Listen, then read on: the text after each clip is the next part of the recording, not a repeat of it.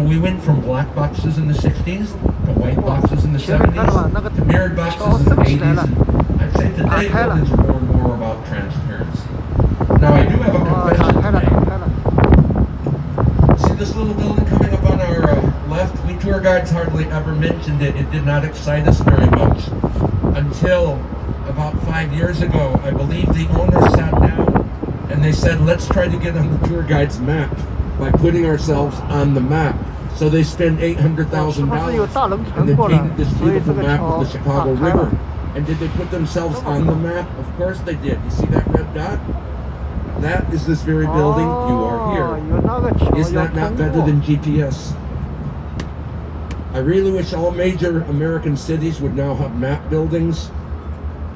So the next time myself, a bicyclist, has to rent a car in Atlanta, Georgia, I'm going to get off that Cloverleaf Highway downtown in under 3 hours.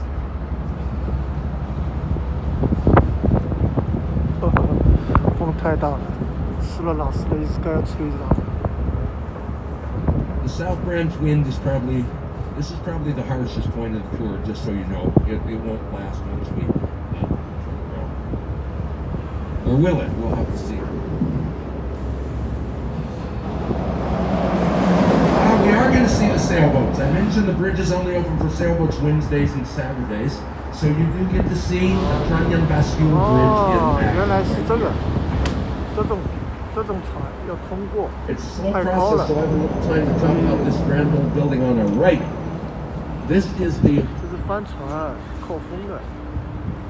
the old Chicago Central Post Office, Art Deco 1921, Graham Anderson props and white. Hey, movie fans, if you remember The Dark Knight, the Batman movie with Christian Bale, The Dark Knight, welcome to the Gotham City Bank. Remember when Heath Ledger, Joker, and clones were robbing the bank? This is the bank. This was the Gotham City Bank, shot right inside the old post office. Why so serious? Now, it's 2.7 million square feet, which made it the largest post office on Earth in 1921. Booyah!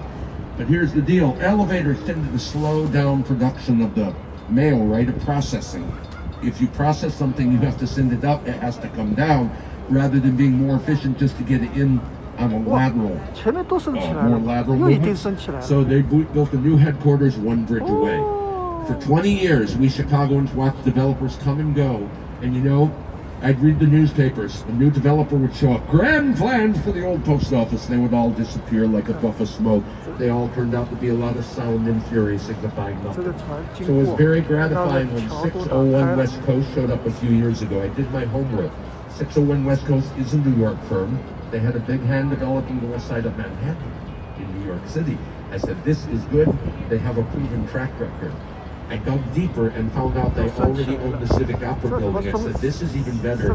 They're not going to go away. They're here for the long haul. And they proved it. An $800 million renovation project with the old post office. And now, let's see, who's moved in so far that I know? Ferrara Chocolate, Home Chef Meal Delivery. A big client is Uber Rideshare. And the thing that really got the ball rolling, when you have a big project like this and you're redoing it, one of the things you really want to do is get an anchor tenant in there just to get things rolling. And they secured Walgreens. That's a big drugstore chain here. So Walgreens corporate, not the stores, but corporate moved in. And now Pepsi Cola has announced they've signed on the dotted line. They're going to bring, they have a building with 16 floors in Chicago. They're going to bring 1,300 employees. Take a little less space, but more efficient space as they move over here. And finally, to reduce their carbon footprint, they will put a 3-acre green park on the roof. When you see Chicago from the air, there's all these green parks, even raising honeybees up there now. I'm always curious, does anyone know this building term called LEEDs certification? This is what I'm talking about here. Yeah, leadership in energy and environmental design, if you'll do things to reduce your carbon footprint.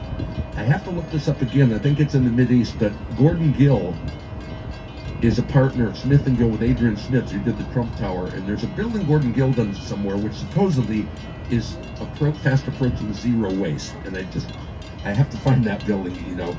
I'm a little skeptical and said, really? Really? Are you that? See if they can produce zero waste. No, when we look to our left, we suddenly